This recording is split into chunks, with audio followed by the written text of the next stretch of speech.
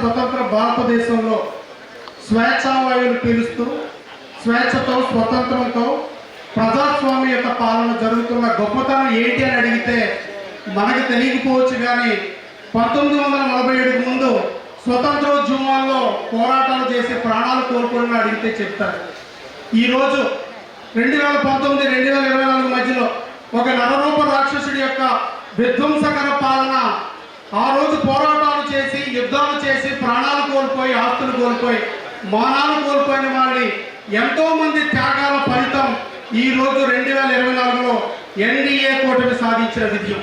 ఈ విజయాలు, ఈ స్వేచ్ఛని, ఈ స్వతంత్రాన్ని, ఈ ప్రజాస్వామ్య పాలన అనుభవిస్తున్న మనం మెల్లమెల్లగా మర్చిపోతున్నాం. ఆ పోరాటాన్ని, ఆ త్యాగాల్ని కార్యకర్తలు, బీజేపీ కార్యకర్తలు, జనసేన కార్యకర్తలు, తెలుగుదేశం పార్టీ కార్యకర్తలు ఆ రోజున ఒక నరరూప రాక్షసుడికి ఎదురొడ్డి నియంతకి తలొగ్గకుండా పోరాటాలు చేసిన పోరాటాల ఫలితం, త్యాగాల ఫలితం ఈ రోజున ఈ స్వతంత్ర స్వేచ్ఛావాయువులు పీల్చుతున్న పాలన.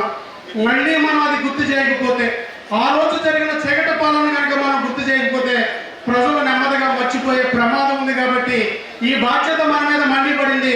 అందుకే 2 ఏళ్ల తర్వాత మళ్ళీ మనం ఇక్కడ ఒక చోట చేరుకుని మళ్ళీ అలనాటి జరిగిన పోరాటాన్ని గుర్తు చేసుకుంటూ, త్యాగాన్ని గుర్తు చేసుకుంటూ భవిష్యత్తు ఎలా వెళ్ళాలని మళ్ళీ పునఃసమీక్ష లాంటిది ఈ సభని గుర్తు చేస్తూ మరొకసారి గోపాలపురం నియోజకవర్గంలో వీటన్నిటినీ అదనంగా మేము సాధించింది ఏంటంటే అటు సంక్షేమం, సుమారు 1,10,000 మందికి సంక్షేమాన్ని అందిస్తూ ఇప్పటి వరకు ఈ 2 ఏళ్లలో 500 కోట్ల రూపాయల సంక్షేమం.